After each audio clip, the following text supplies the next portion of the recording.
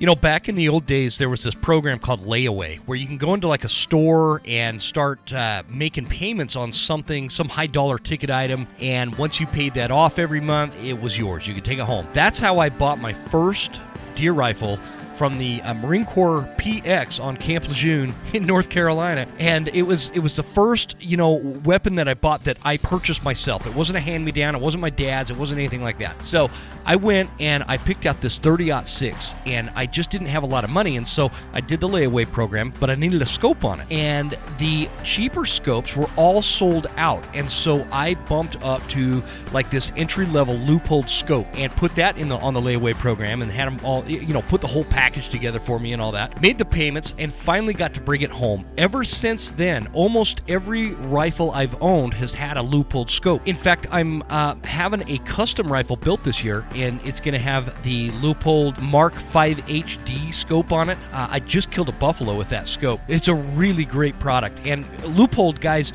you know them. Everybody knows Leupold. They've been around since like 1907. They started as like a special instrument company or something like that. But these American-made products are fantastic. Whether you're looking for a spotter, binos, a rifle scope, accessories, tripods, bipods, all that kind of stuff. You can find it all at Leupold.com. And I'd really appreciate if you supported this American company that has a great American story. And I couldn't be a bigger fan of a company. And I'm so happy and thrilled that they've chosen to partner with the Western Huntsman. Thanks to Leupold, and thanks to you guys for supporting our great sponsors.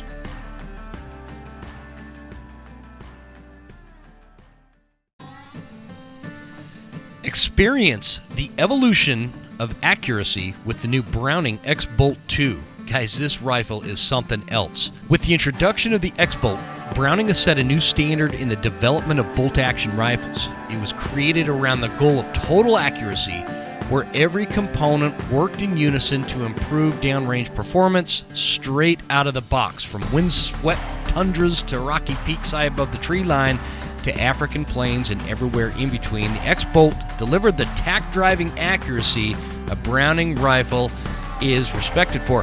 And that's super true, guys. I really like this rifle from a standpoint of, like, it's not super heavy, it's not super light. I put a really nice scope on it.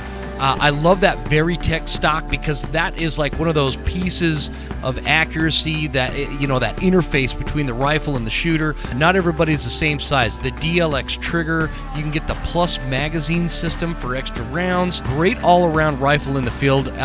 For those of you that are looking for a rifle this year to take to the field that you can feel real confident in and get really comfortable with, this is the rifle to check out. The Browning X-Bolt 2 should be one of your top contenders. Link is in the show notes.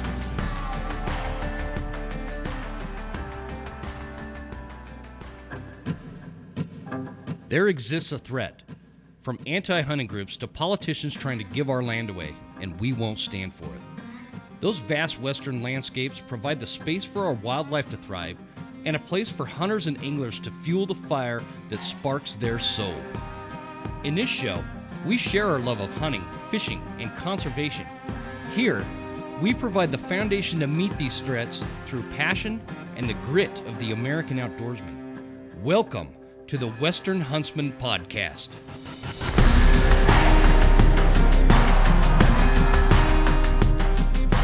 Ladies and gentlemen, welcome to this episode of the Western Huntsman Podcast. This is Jim Huntsman, your host, coming at you from the Broken Time studio right here in Northwest Montana.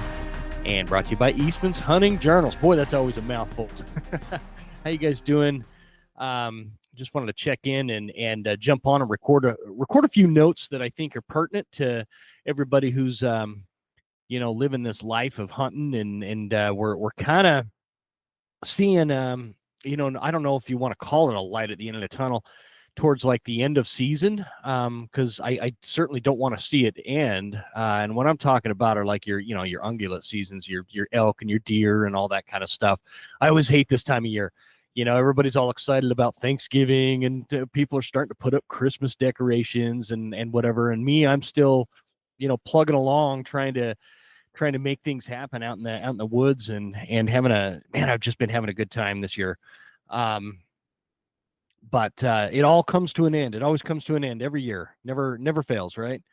And so, anyway, it's been so I've been barely in civilization for the last month.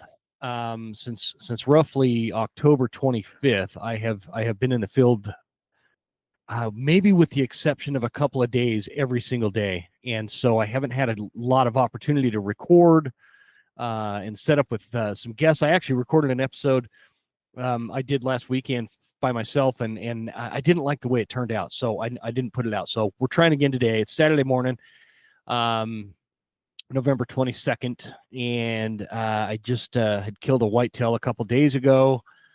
Pretty decent buck. Pretty happy with him. And anyway, I'm just kind of taking a break because I have one more. I have until a week from tomorrow to fill an elk tag I have left here in Montana, and so it's a bull tag, and I'm looking forward to getting out and doing that. So that's kind of where we're at. But anyway, so with this episode, guys, and I hope your guys' season is going well as well. I've seen a lot of really good animals, like on the old Googler and the social medias and all that kind of stuff. I've seen some really nice animals being posted. So congrats to all you guys. For those of you still out there, maybe some diehard whitetail hunters, or maybe you're like me, still have an elk tag to fill.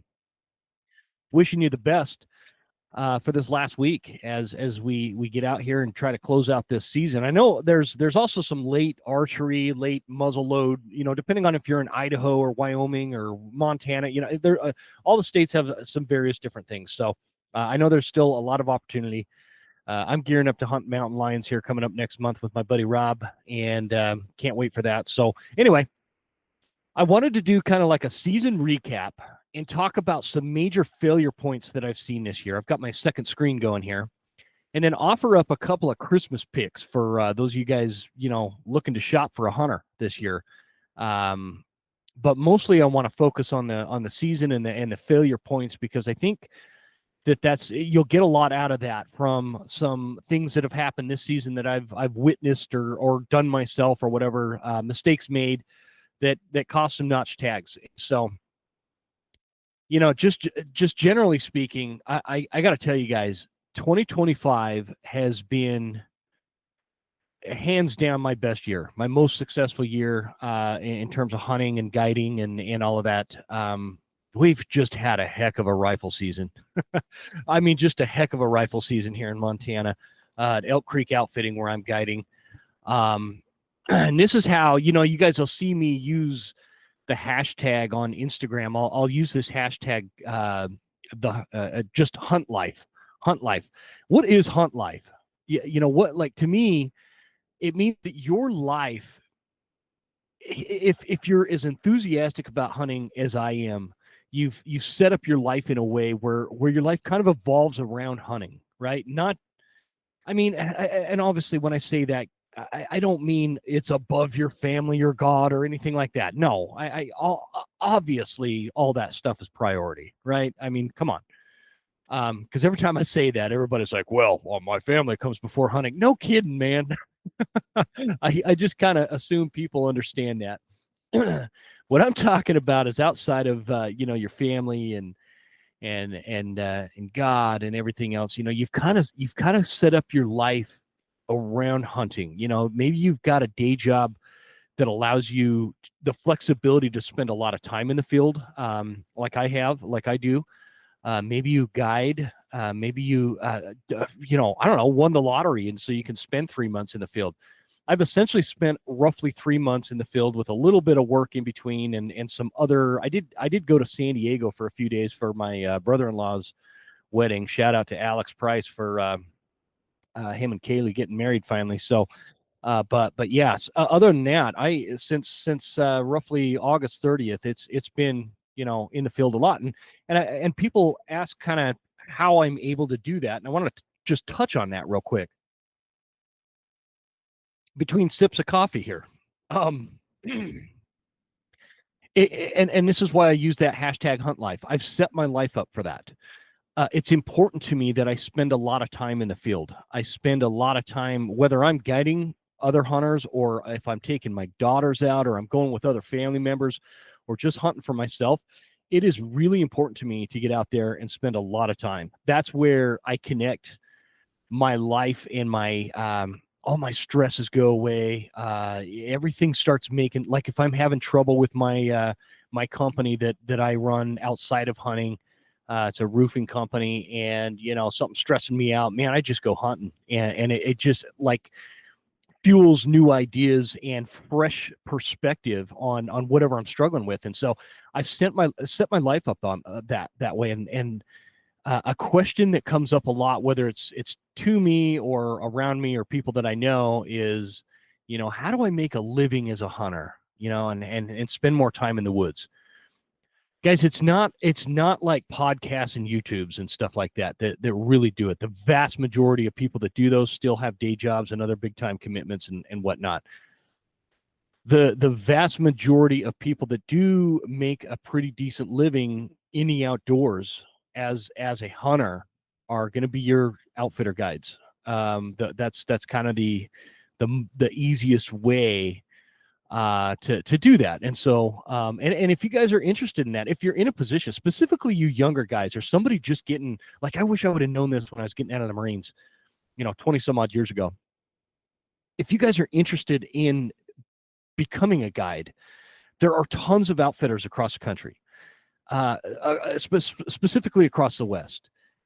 It's a lot of hours. It's a lot of work, but it will one season as a guide will give you more experience as a hunter and an outdoorsman and a woodsman and a butcher and a caper and whatever specific to hunting. One season will give you more experience in 5 or 6 years, just as a hunter. It's just a lot. It's a lot, and it's fantastic. I highly recommend it. And my outfitter, Elk Creek Outfitting, if you guys, again, specifically you guys coming out of the military, or somebody just finishing high school and maybe looking to get into hunting as a career, we have a really good guide school, guide and packer. It's called Big Sky Packer and Guide School. It's about a month long. I don't know. I don't remember what it costs, guys. It's under $5,000. And whoops, hold on. My computer is doing, whoops, there we go. Okay. It's like under $5,000. It's a month long. That includes all your lodging and your meals and all this stuff. You come to Northwest Montana. In fact, it's like a mile and a half up the road from my place. You learn all sorts of stuff. You learn about packing mules. You learn how to run a string. You learn how to set up wall tents. You learn how to cook with cast iron and Dutch ovens, and you learn how to call in elk. You learn how to locate animals. You learn how to take the hide off a bear. You learn how to, just anything pertinent to the hunting space and the outdoor space. We teach you how to, I'm like the fly fishing instructor. And we have this other guy, Easton. He does like boat type fishing for a couple of days. And so the point is when you leave that school, we have one of our guys, I'm going to get him on the show. His name's Alan. One of our guides at the outfitter. What he does is he spends all of the fall hunting seasons with us at Elk Creek Outfitting. And then he goes, I don't remember where he goes in the winter, but it's some kind of outfitter related, I don't know if it's predator hunting or something, guiding. He spends some time guiding up in Maine for like moose. He does a lot of like river rafting guiding in the summer down in Colorado. And then he does some spring fishing guiding. Just all year long, he's doing something. Now, this would not bode well if you're married with kids and whatnot. Your wife's not going to like it if you do that. So that doing it full time like that is a lot. But I tell you what, if you have the opportunity, the experiences, I can't wait to get Alan on the show, because he's just got stories and experiences from all parts of the country with all sorts of different hunters and fishermen and just people out there enjoying the wild, and it's such a cool life. But if you guys are seriously interested, if you know somebody interested, we're trying to fill up this class this year. It's in the spring, usually in May. We might run 2 classes, but survival, you'll come out with survival skills. You'll be certified in first aid. You'll be a certified guide, or a licensed guide, I should say. And you will have like a run of the mill, all the outfitters across the country. We will help place you into an outfitter, make sure you've got a good job after graduating. So if you're interested in that, hit me up at either Jim. Well, let's just make it easy. Jim at thewesternhuntsman.com. Send me an email if you're interested, and I will get you all the details for Guide and Packer School. Would highly recommend. Again, I wish that was available. Well, it was available. I just didn't know about it. Now we have social media and ways to spread the word. But if you guys are interested in that, man, just check it out. Big Sky Packer and Guide School. Send me an email and I'll get you some details. Okay. Kind of went off on a little tangent there. I wanted to just kind of quickly recap. I've had a great season, guys. 2025, like I was telling you, this is why I call it the hunt life. It's just been a great year. It's been a great year. Started off January 1 of 2025. I kill a 150-pound mountain lion. And then like a month later, I got a buffalo. I don't know, me and my girls went out and got some turkeys. We did do a lot. We didn't do a ton of bear hunting, which is why we didn't get a bear. But in the spring, we need to kind of commit more time to that coming up. And then that brings us into the fall seasons. And so I started with a hunt with my daughter Shiloh that first week in Montana. Your archery season for elk doesn't start until September 7th. Hang on, I need to sip. When I do these podcasts by myself, I'm usually used to having a guest that does half the talking or more than half the talking. So I gotta have something hot to drink while I'm doing this, or I'll like lose my voice. Anyway, in Montana, the archery elk season opens like September 7th, and we spent a week up on the mountain. It was like that. It was a week that like Charlie Kirk was shot. Ruined my entire week, as I'm sure it did for a lot of you out there. And that's like what really stands out with that week is ending it with the day we were going home. All of a sudden my phone starts blowing up because I've got that Starlink mini thing. I'll talk about that in a little bit, but so I was able to check, news updates and my feeds and all that kind of stuff. And that news hit me as we were packing up camp and heading home. Didn't get an elk that week. Called in a couple of good bulls. One of the times, my daughter, I don't know if you guys have seen like pictures of me standing next to my daughters and my wife. They're all 5 foot or less. My wife is 4'10" 3/4. So they're really short. My daughter Shiloh, she's pretty short. And we called in this bull, and this bull comes in, and she's kind of behind some brush and draws her bow back, and cannot get that arrow over the top of the brush. It was like huck brush, and it was blocking her from making a shot on this bull. So that was a bummer. That was a big letdown. Anyway, the next week, I go into guiding at that point, and we're going to get into some like failure point discussions here in just a minute. But, I had a couple guys come in for archery elk season that middle week too. It was like, I want to say it started around the 15th or something. Man, it was on fire. I mean, I could not go into a drainage without getting a bugle. There were bulls everywhere. So at one point we had 3 bulls screaming their faces off all around one of my hunting clients. And they'd like appear and disappear and scream. And all of a sudden there's one on the left, and then there was one in front of us. It was just like this insane rut fest that went down. That whole week was like this, but that particular afternoon, I'm pretty sure it was in the afternoon. I can't remember, but man, it was one of the best weeks of archery elk rut activity I've ever seen and ever experienced in my life. It was just really on fire that week. My hunter got a bear. I had a couple clients miss some really good shot opportunities on bulls.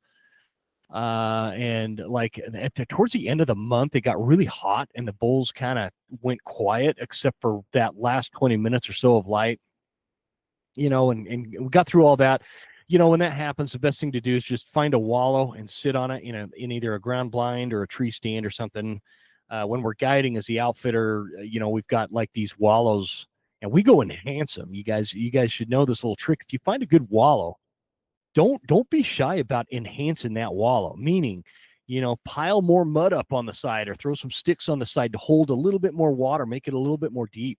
Stuff like that will really make a big difference on how much activity you're going to get on that wallow. But the wallows were real busy towards the end of September and into October. So that really panned out well for us. We got my buddy Rob and I were guiding on this. We had this like private access to this ranch, or I mean, access to this private ranch. This ranch, the meadows on this ranch border the national forest. It comes right down the mountain. And if you're watching on the video here, I'm kind of using my hands a lot here, but it comes right down the mountain. It's this real steep mountain. I came down it a bunch this year, and it like stops. The national forest just stops, right? And right there is a meadow. And right at that little intersection of private and the national forest, one of our guys smoked a really nice 315-inch bull elk, and he was just a screamer. I mean, guys, he was just.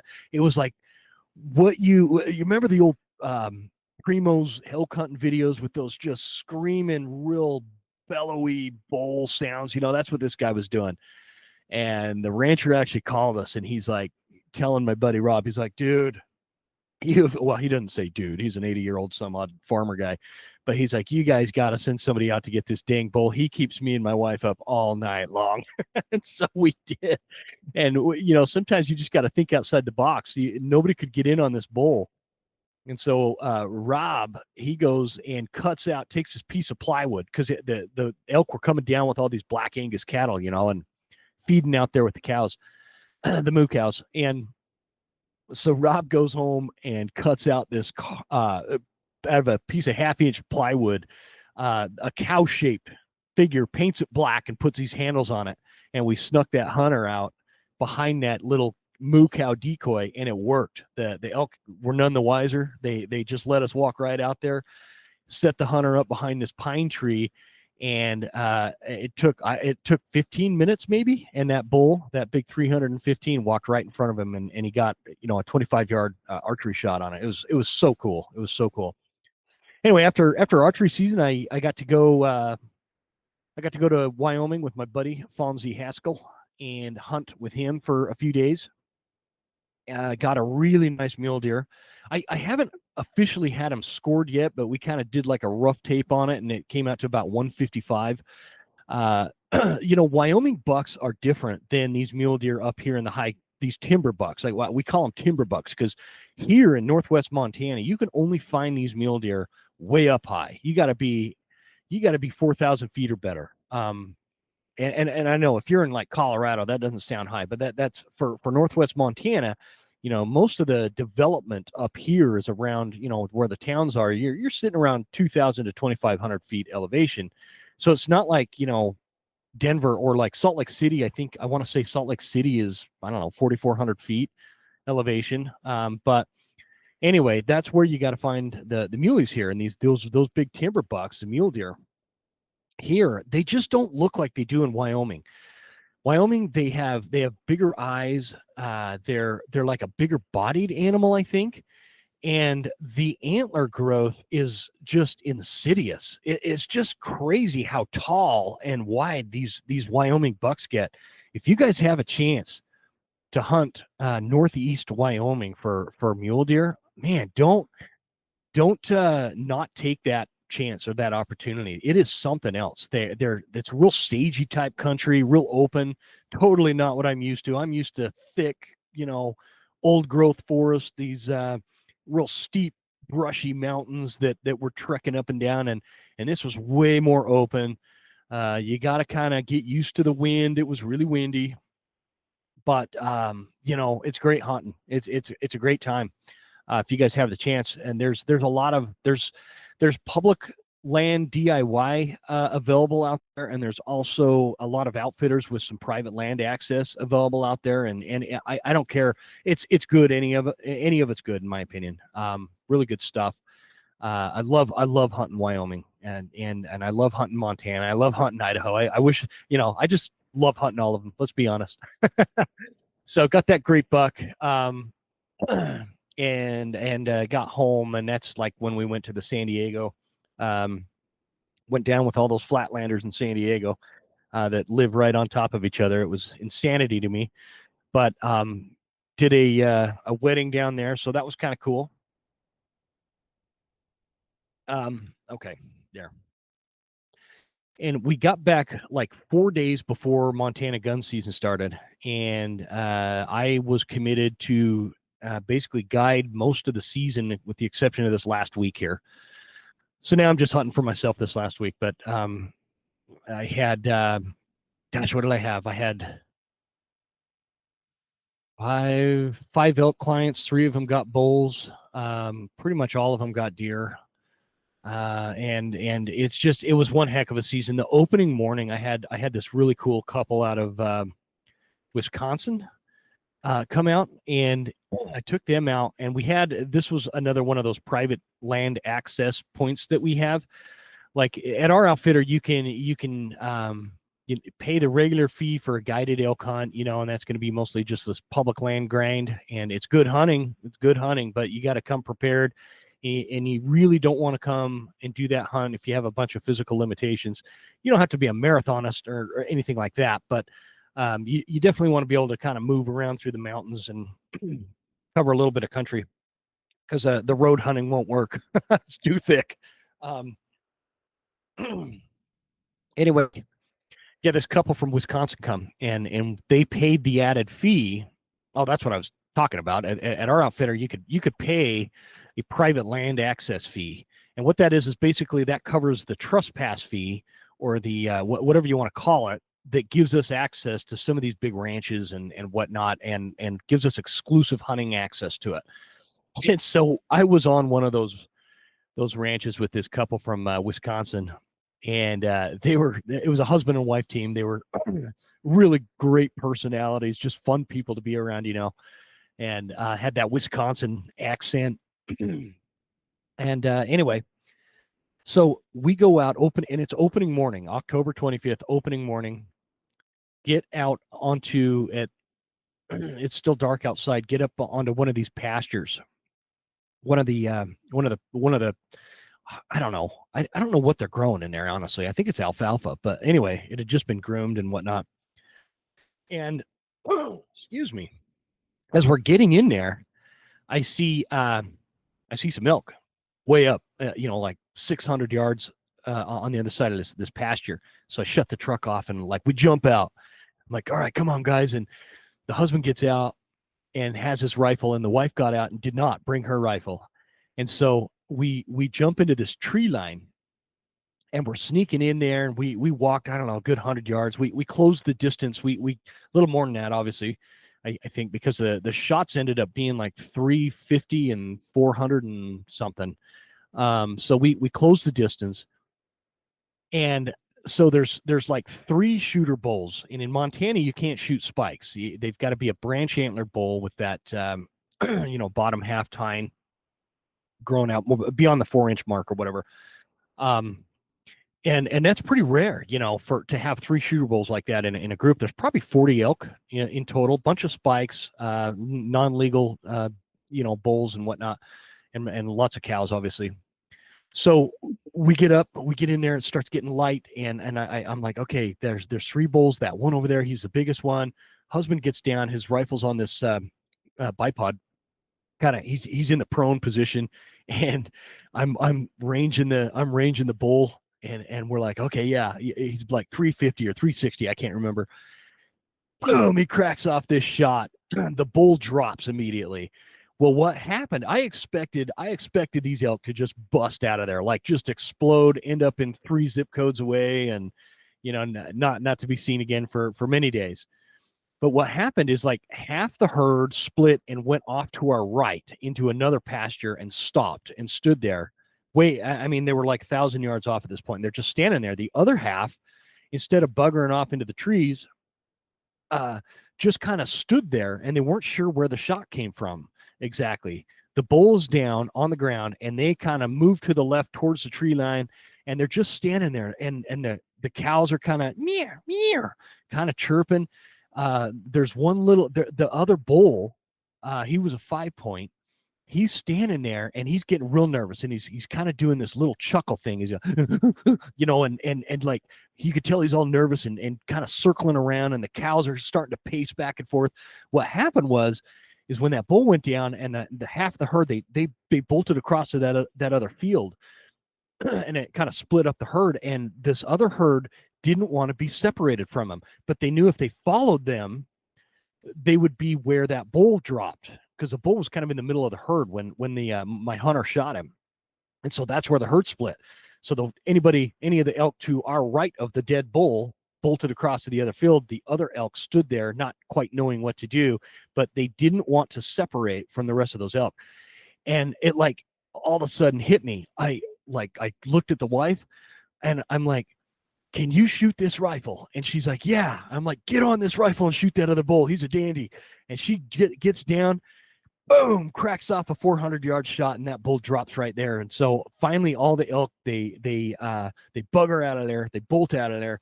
And I'm sitting there looking. It's like 8:07. I mean, we're talking 10 minutes into legal shooting light. And well, maybe more like 20 minutes into. I don't remember. Anyway, it's different now than it was a month ago, but I'm looking at this field and there's two 5-point bull elk laying dead within 60 yards of each other. And so for the first time in my life, we had a true double up going on. It was so cool. It was so much fun. Just, I know it's like, oh, well, it's a guided hunt and it's on private land. I know, but let's be honest. If you're listening to this and that upsets you, but you had the opportunity to do it, you would do it. I like almost guarantee you would do it. I would. I can't ever hunt on these private tracks, but I get to take hunters on them. And so it was a lot of fun. Anyway, then I had a really cool dude show up from Reno, Nevada the next week. His name's Charles, and he laid the one heck of a shot, 407 yards on a big 6-point bull elk right at last light. Super cool experience. He did a great job. That was a great shot. I had him actually in a ground blind. It just worked out. Next set of guys, we had a little more rough week. I'm just kind of, this might be boring. We can kind of, skim over this part. It might be boring to you. It's exciting. If you like hunting as much as I do, you'd like guiding, because guiding is just basically getting paid to hunt. And I know you're not the one behind the trigger, but you feel really responsible for these notch tags, and so that's, I think, why I enjoy it so much. I'd like to welcome Mystery Ranch as a sponsor to the Western Huntsman. This is a great product. Specifically, we're going to talk about the Mysterium line. Those packs include the Sawtooth 45, the Sawtooth 65, the Beartooth 85, and the Marshall 105, depending on, what you're doing with the pack. If you from day pack to backcountry, plenty of space. I like what they wrote on the website.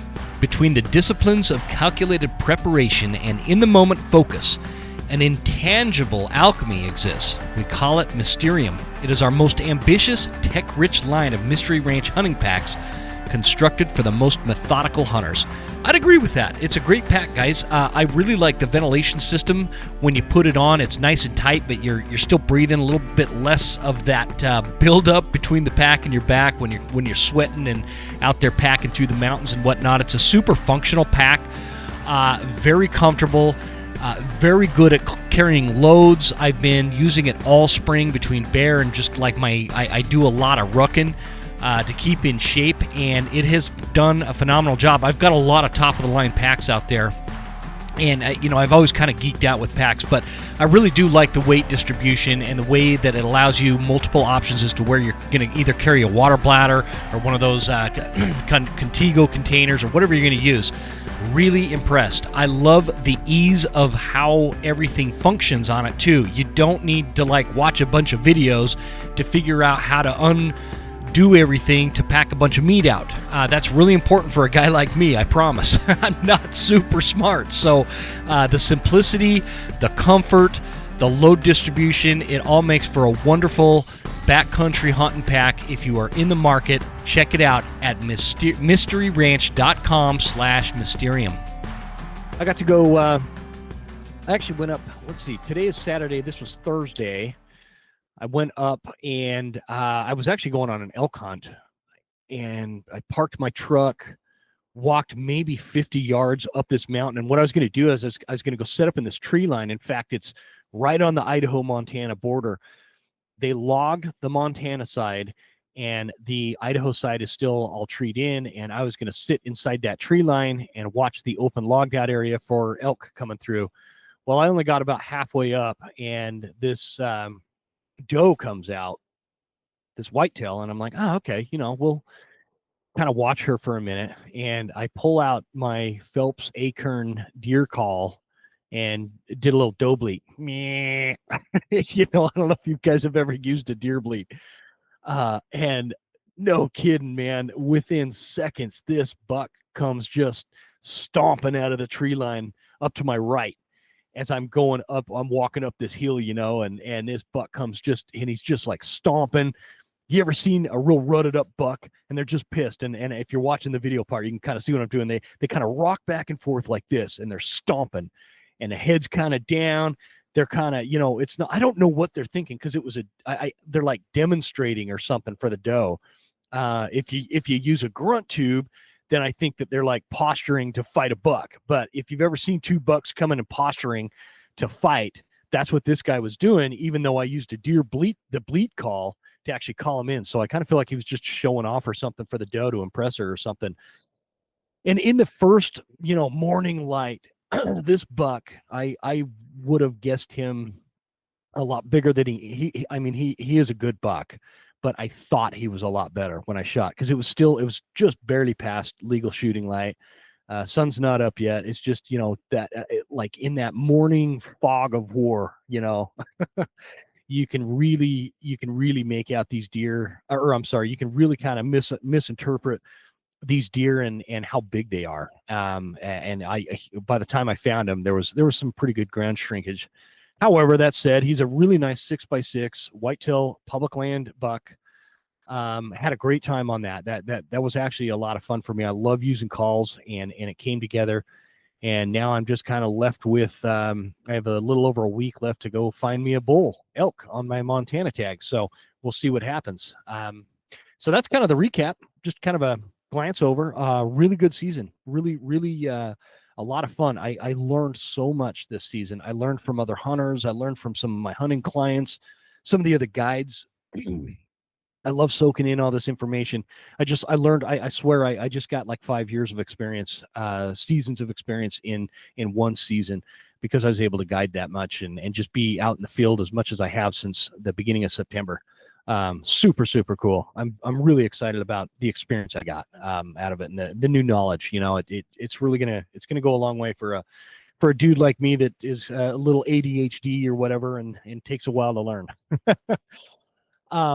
Major failure points. I kind of wanted to talk about some failure points that I've seen this season. Some of this I've learned from my hunting clients that have come out, and others things are just things I'm noticing while I'm out there. Because again, I'm in the woods a lot, and able to see some of this stuff and experience some of these breakdowns that happen that cost people tags. So first of all, and I don't care if you're going on like an outfitted hunt, or you're going DIY on some public land, or DIY on private land, whatever, whatever type of hunt you're going to do. I love all of it. So, so again, going guided or not guided, you got to show up prepared. You cannot go on let's use archery elk for an example. You cannot go on an archery elk hunt and not have shot your bow multiple times throughout the summer getting here.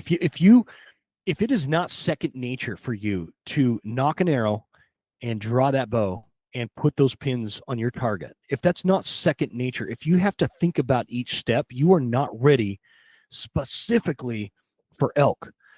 Because anybody who's been in this situation understands, when you have a screaming bull elk that's all rutted up, coming through some brush or over a ridge and coming down, and you can hear him making all this ruckus. He's snapping twigs and breaking tree branches, and he's screaming, and he's raking some brush, and maybe doing some chuckling and grunts and moans and all the stuff that bull elk do. It is going to throw you off your game. It doesn't matter how many times I've seen this happen. For me, I always get my heart rate gets really elevated. I get really excited. It's almost like a buck fever kind of sensation. I'm excited. My heart rate's up just talking about it, right? Because it's one of the most exciting things you could do. And so if you aren't second nature ready on your bow, you're going to screw that shot up. I had a couple of guys launch arrows at the totally inappropriate time and miss these bulls. And I understand why. It's because this is the first time they've seen a bull elk come out of the woods like that and come out of the brush like that. And so, yeah, that happens. You have to mentally prepare yourself. You have to practice in situations that are going to be as close to real life as you possibly can. And I'm trying to come up with like unique ways to advise on that, like unique ways to put yourself in some kind of practice mode where a screaming bull elk is not going to dislodge you mentally, but having the smoothness of the second nature aspect down of getting an arrow out of your quiver, knocking it, getting your release attached and drawing that bow and getting the pin on the target. That has to be something like, how when you drive, for those of us that have been driving a long time, have you ever driven past an intersection in a town and you're like, man, did I even look at that light? Did I even know if it was a red or a green light? And you did. You just, it's so second nature for you. You didn't really acknowledge it. And so it's not something like you knew it was green. That's why you went through it and didn't get, T-boned. That's how you need to be with your gear. You need to be that way with your gear. Whether it's getting your binos out, whether it's shooting your bow, shooting your rifle, chambering around, all the mechanisms that need to happen to give yourself a fighting chance at putting thumping one with your bow, especially the bow is where I saw a lot of really disappointing situations come up this year. And always you've just got to be nature with it. You've got to you practice, multiple times a week with your bow, with your gear on, so you know where your failure points with the gear are. Hang on. If you're shooting from a tree stand, like I had one guy, this really nice whitetail buck comes in on the wallow, and we were waiting for an elk, but there was, and I knew this buck was in there because he's always on the camera that we have on the wallow. And man, he's a good buck. He's probably 155, 165, big mountain whitetail, the kind that just you rarely actually see in person.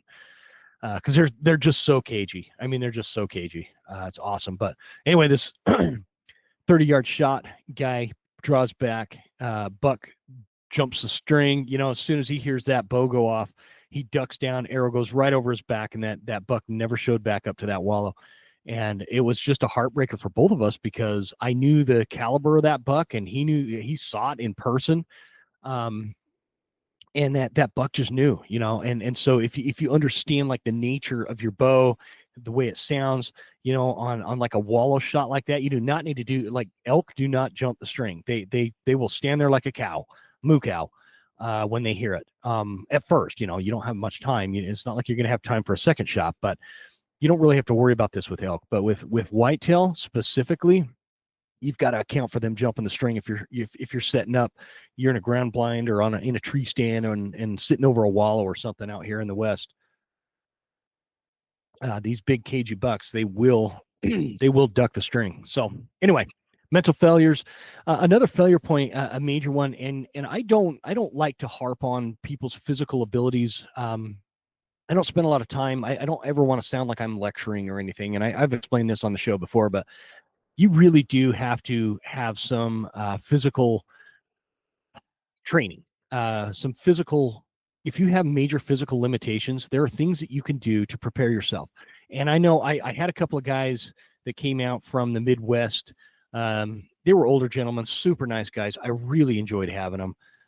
But they just had some physical limitations that did not allow us to get into the country where they, one of their goals was, because they don't have mule deer out there, they wanted a mule deer buck. And I have a lot of respect for them too, because when they came out, and this is something that everybody tells me when I first meet them at the lodge.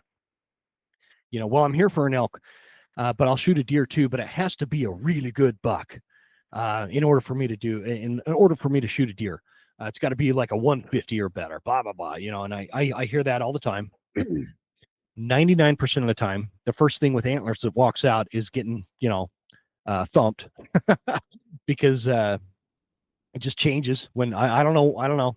But in this case, these fellas, they stuck to it. They had some opportunities on some smaller mule deer and some, what I would consider mid-sized whitetail bucks that, like, if I was hunting for myself, I'd probably shoot them. They were good bucks, whitetail. And the muleys, they were young. They were little 2.5-year-old bucks. They stuck to their guns. They didn't shoot these younger animals. But the point goes back to I didn't have the ability to get them into where the bigger bucks were on the mule deer side. You have to have the ability here in Northwest Montana, because this changes like where I was hunting with Fonzie down in Wyoming. You can get a big mule deer and have some serious physical limitations there. I'll just leave it at that. But where we're hunting here in the mountains, you have to be able to move a little bit. You don't have to be a marathon runner, but you should be able to go, a mile or so, have the ability to go up like a 400-foot elevation gain roughly. That should be doable if you want to go after those kind of animals. And I saw, I'm not talking about these two Midwestern guys specifically, but I saw a lot of people out there that their expectations didn't align with reality because they didn't have the physical capability to get into the country that those expectations were going to be had. So that's something that I think, if you're listening and if you're from like the Southeast or the Midwest or the East Coast or whatever, and you don't have a lot of mountains, you need to understand that there's really not a great way to train for that outside of going to your local high school football stadium during the off season and hiking up and down those stairs or something in the stadium. You just have to be able to go up and down. Walking just flat land, kind of stuff is not going to prepare you. You've got to have the ability to go up and down. And it will make your hunt a lot more enjoyable if you do. And then another failure point, I mentioned the first one was not coming prepared, and then there's not hunting prepared. And this is a different one, and this is going to be a little bit more specific to rifle hunters. So two really nice bucks walked this season, and last season 3 really nice bucks and 2 bulls walked because people insist on keeping their scope covered while they're in the field. Okay. It's not like a pet peeve of mine if you want to cover your scope, but if we are still hunting through the woods for an elk or a big buck and you have your scope on, I don't feel bad for you when that animal runs off. I have been hunting with rifles since the early 1990s, and I have never in my life, not once, taken a scope cover to the field. And I've never in my life, not once, had a problem with my scope and due to the fact that it wasn't covered. Even if it's raining, you can still see through that scope well enough to get a shot off. It's up to you. It's your gear. It's also your hunt. But still hunting through the woods without the mag in the rifle or having your scope covered because you're worried about a little bit of, drizzle or rain or something, it's your call. If you want to continue to do that, it's going to cost you animals. Again, we're talking 30 some odd years of mountain rifle hunting with scopes. I've never covered my scope and I've never had it affect me whether or not I can kill something. And so it's just this silly thing. I think a lot of it is marketing. People see that, we've got to have a good scope cover or it's going to get fogged up or it's going to get, this or that rained on or whatever. Again, it's your gear, it's your hunt. You do what you want. But if you want my advice, leave the scope cover in the truck. So that's that. It cost a lot of animals the last 2 seasons. This year, it really cost a very, very nice buck. It would have been probably the biggest buck taken at our outfitter, because we track a lot of that and we get a lot of animals down. Too many road hunters. This is another failure point. So I just want to explain this from like behind my house. I have like miles and miles and miles of Forest Service roads, and they will go up and over the ridge into Idaho and stay in Montana, whatever you want to do. These Forest Service roads give you some excellent access. Great areas, great parking spots to get into some drainages that don't have roads in them, and that's usually where the animals are. So I spend a lot of time on these roads getting to those access points, right? And I see the same couple of guys, and their trucks are never parked. They're always driving. They're always in their truck. They're always going up and down the roads, back and forth and to and fro and up and down. And then I also see them post on the local Facebook page, oh, there's too many hunters and there's too many non-residents and there's too many wolves and there's too many blah, blah, blah. We did not see it. The same guys, this is no joke, same guys are both posting this kind of thing.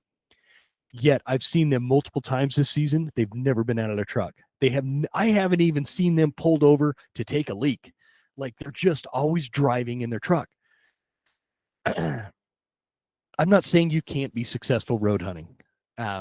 You can, and by what I mean by that, guys, is I mean the legality of that is you see an animal, you got to get out of your truck, get off the road, and whatever the state law requires.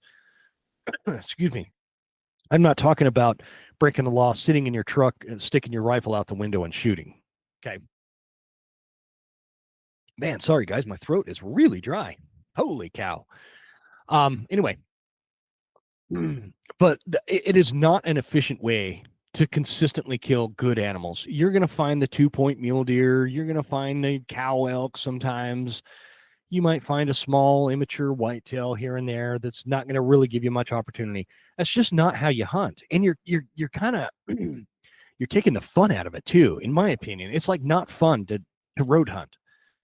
But don't be like those 2 local guys that I was just telling you about. They spend their whole hunting season in the truck, listening to true crime podcasts or something, and never getting out of the truck. And then they get home and start bitching on Facebook about how, the Fish and Game is mismanaging animals and there's too many non-residents, there's too many other hunters, too many new people, and blah, blah, blah, blah, blah. I'd be frustrated too if I spent that much gas driving around not seeing anything, because that's just usually what's going to happen. You're just not going to really see anything. So again, not lecturing, just giving some advice to some folks out there. Get out of the truck, get out. Like seriously, deer hunting, if you just get 100 yards from the truck and out of view of the road, you will see a lot more animals. And all you got to do is just sit there and be quiet. So and then lastly, I've been seeing a lot of complaining, going back to like those Facebook posts. Oh, there's no more animals. Oh, the Fish and Game are screwing it up. Oh, the wolves are killing everything. Oh, the non-residents, this and that. And then come to find out they're spending like a half a Saturday a season out there trying to kill a bull elk. Again, this is going to be a personal preference thing for you guys, but one of the big failure points that I'm seeing for folks that this is non-outfitter related, because people I'm hunting with at the outfitter, obviously they're coming out for a week, and unfortunately they have to spend it with me, and I feel bad for them because but it's other people that I'm talking to, and it's like, well, okay, so you're struggling out there. How many times have you been out there? Well, I've been out there twice. Okay, season's been open for a month. You've been out twice all day? No, I go about noon until dark.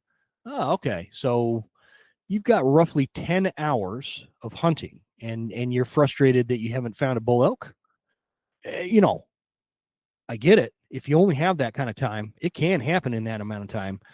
But don't be frustrated if you don't get anything. I mean, you're just the odds are against you on that one. So anyway, those were some big things, takeaways out of the season, if you will, that I found from the season that hopefully might help some people hearing. Leave those dadgum scope covers at home, and I'll probably catch some flack for that. But just things I'm always looking for ways to, everybody, when I'm out hunting with all these other guides and these hunting clients and whatnot, everybody loves to share information and have, teach people, and I love learning, and I love showing other people some of the stuff that I've learned that will help benefit them in the field, because you guys are my people. If you hunt, you're my people, and I want you to be successful, and I want you to be have a really positive experience in the woods. So it's important to me. Okay, let's wrap this up by talking a little bit. We at Eastman's Hunting Journals, ladies and gentlemen, by the way, you can watch all the Eastman's content on YouTube. You don't have to have like those subscriptions to the Outdoor Channel or whatever those were. You can watch all these right there on YouTube. Just go to eastmans.com and check it out. But Eastman's in the magazines. For those of you that still get the magazines, they do this thing every year called Christmas Picks, and it's where like all of us, kind of do one or two pieces of gear items that really stood out to us this season. And I kind of wanted to share a little bit because I had some really interesting, cool things happen this year where the gear really came through for me. And I wanted to share that with you guys. Christmas is coming. So whether you get it for yourself or you have that hunter in your life you want to shop for, these are going to be kind of along those lines. And by the way, with the Eastman stuff, jump on eastmans.com. If you guys don't know, if you are a member of like Eastman's Elite, I don't even know. I think it's like $90 for a year. That gets you Tag Hub. It gives you the Elk Collective, which is an online course for elk hunters. The Deer Collective online course. It's an e-course. Lots of good information. Gets you the magazines, all this stuff, but it enters you like multiple times into the hunt giveaways. So if you don't know about the hunt giveaways, where I went in Wyoming, I was hunting with some of the hunt giveaways from Eastman's, and they were able to come out to Wyoming and hunt antelope, pronghorn for those that are real technical. And one of them came out and got to hunt a mule deer as well. But you have to be like an elite member or a subscriber to the magazine to be entered into that. And it's just these random drawings every year. You get like several $100. I mean, north of a couple thousand, I think, in my opinion, dollars worth of gear if you win, and then you get to go on a hunt. The hunt is usually in Wyoming or Montana. And I cannot tell you, if you want a chance at winning a bunch of free gear and going on a really cool, all expenses paid hunt, go join Eastman's Elite membership. It's worth every penny because you also get all the content out of it, and it's really good stuff. So that was a side note. So the Christmas pick stuff. So a funny story. The first one on my list is the Kifaru Deluxe Bino Harness. I think I've said this on the show a bunch, but I've always struggled finding the right bino harness. There's always something wrong with them, and it's always like this thing where I just can't. It doesn't fit right. It doesn't wear right. It doesn't hold the right things that I like to. I like my binos. I like a rangefinder, and I like a wind checker. That's it in my bino harness. I don't want some great big backpack on my chest. And I don't want it so limited I can't keep my my other gear, the other two items that I'm in it: wind checker, rangefinder, and binos. And that is, I do not go hunting without those three items in my bino harness. The Kifaru Deluxe Bino Harness does all three. Now, guys, these are non-sponsor mentions of gear, so I'm not like I'll tell you when I give you a sponsor recommendation. You guys know the sponsors on the show: Mystery Ranch, Leupold, Secura, Barnes Bullets, Phelps Game Calls, Silencer Central, Browning. And so we'll talk a little bit about some of those, but non-sponsor, Kifaru Deluxe Bino Harness.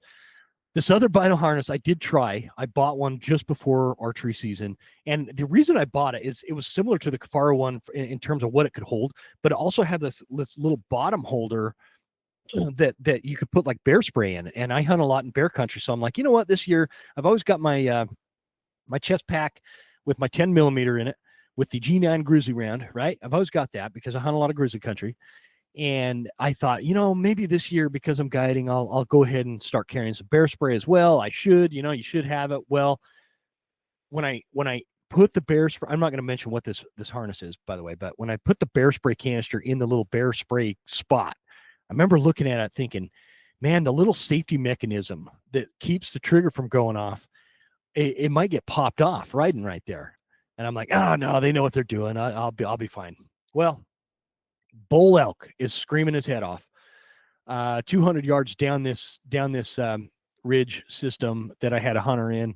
And he is coming in hot, and he's coming in heavy. I'm calling. I got my hunter about 20, 30 yards in front of me. I dropped back behind some brush because it wasn't great cover in there, and I didn't want to get busted by the bull if he's coming out of the tree line. And I could hear him down there thrashing a branch, so I drop behind some brush and I start bugling. And all of a sudden, I feel my left arm getting really wet, and then it's like my left leg. All of a sudden, I feel like this wet spot going on. I look down, and the way I was knelt down, that safety mechanism had popped off of that bear spray, and I was spraying myself in the arm and leg. And it sucks. I can tell you right now, like, it sucks. It was quite unpleasant, to say the least. And so and the problem with that stuff, and I knew this because when I was in the Marines, they spray you with the OC pepper spray to, like, I don't know, somehow certify you to be able to spray other people. I don't understand the math behind that, but whatever. So I knew that this would happen, but I cleaned it off with like this wet wipe as best I could in the field. Totally screwed up that call in for the bull too, by the way. Because I kind of stopped calling. I was freaked out. I was spraying myself with bear spray. And I did keep calling though. So I felt that was, that was pretty cool. Anyway, I just wasn't calling right. The bull buggers off. A guy comes back and he's looking at me, and I'm wiping my arm and leg down, trying to get this bear spray off me. And it's just, burning like a son of a gun. And you get it off, and then you shower, and it like makes it react again, and it starts burning again. And every time I got wet, and it was real rainy that week, so every time I got wet for the rest of that week, my leg and my arm would just like go on fire. It would like light on fire. It was super painful. So I threw that chest harness away, never touched it again, and went right back to this Kifaru Deluxe Bino harness. If you guys are looking for a Bino harness, that's the one I would recommend for sure. Another little thing that came in real handy this year, if you go to Western Fly Covers, if you guys have listened to any of the episodes with my buddy Guy Duplanchier, he's linked up with Elk Bros and used to do the podcast Western Contours. I think he still does it. I'm not totally sure. Anyway, he's got this company called Western Fly Covers, and he did the poncho. Let's see. I got to find the actual name of the poncho here. Hang on. Bear with me. That's a fly cover, gear cover, pack fly. Yeah, Pursuit poncho. Man, this thing is super handy.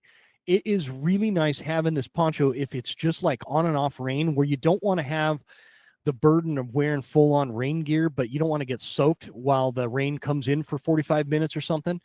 Throw this Pursuit poncho on. It's great for, I laid it out and set elk quarters out with it while I was breaking this bull down. Kept those nice and clean, and it was useful for that. I hung it in like a tree and made like a makeshift umbrella with it one time. Highly recommend this Pursuit poncho. And it also, there is like this mountainside utility fly. It's like this rectangle. It's basically a lightweight tarp. So between that and the poncho, I have learned I do not leave my truck without those in my pack. A really good piece of gear. Highly recommend. And then the last thing is the Acorn Deer Call. And now this is a sponsor. This is a show sponsor from Phelps Game Calls.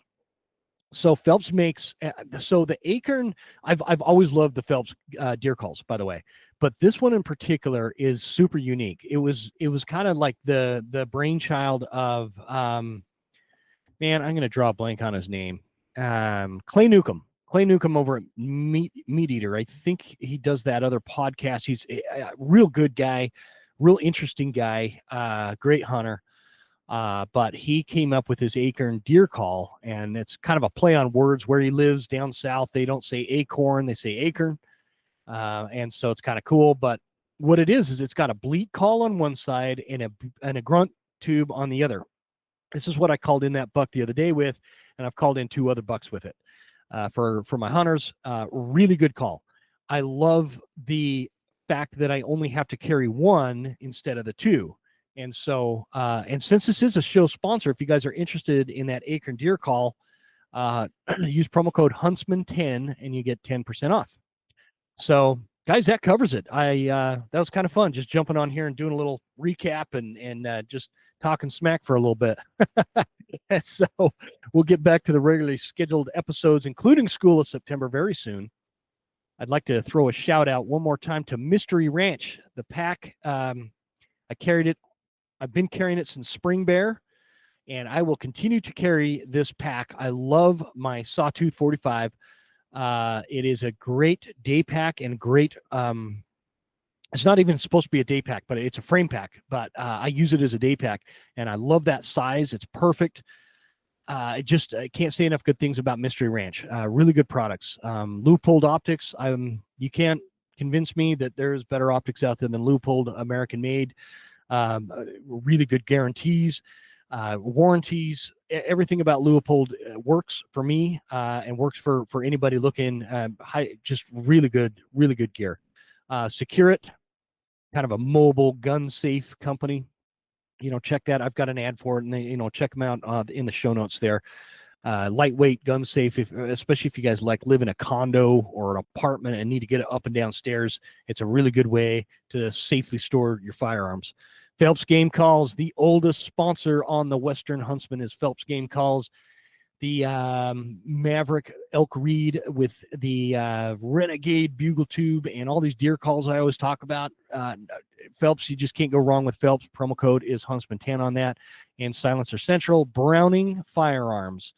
My Browning X-Bolt chambered in 6.8 Western has been a superstar this fall. Everything that you would want out of a rifle paired with my Leupold optics on it it has outperformed and exceeded my expectations for sure. Again, check that out in the show notes. Guys, thanks for tuning in. That was a lot of fun to just get on here and yak for an hour. And we'll see you guys next week. Let me know how your hunts are going. Hit me up, Jim@thewesternhuntsman.com. Also, if you guys know some good guests that want to come on the show and chat with me, I'd love to have some input on that. Trying to figure out, I've got some really good ideas for going into 2026. And maybe I'd love to run them by you guys listening and see what you think. But if you guys know a guest, maybe somebody that has a really cool hunting story this year, something that really came together for them, I'd love to hear from you. Jim@thewesternhuntsman.com. And if you guys are interested in the guide school, hit me up, Jim@thewesternhuntsman.com. Thanks, guys. See you next week.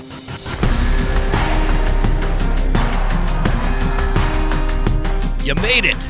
That's the end of the episode. Thank you so much for tuning in. Please make sure you're following us on Instagram @TheWesternHuntsman and write us a good review at Apple Podcasts. Thanks, guys. See you next time. Stay Western, and I'll see you on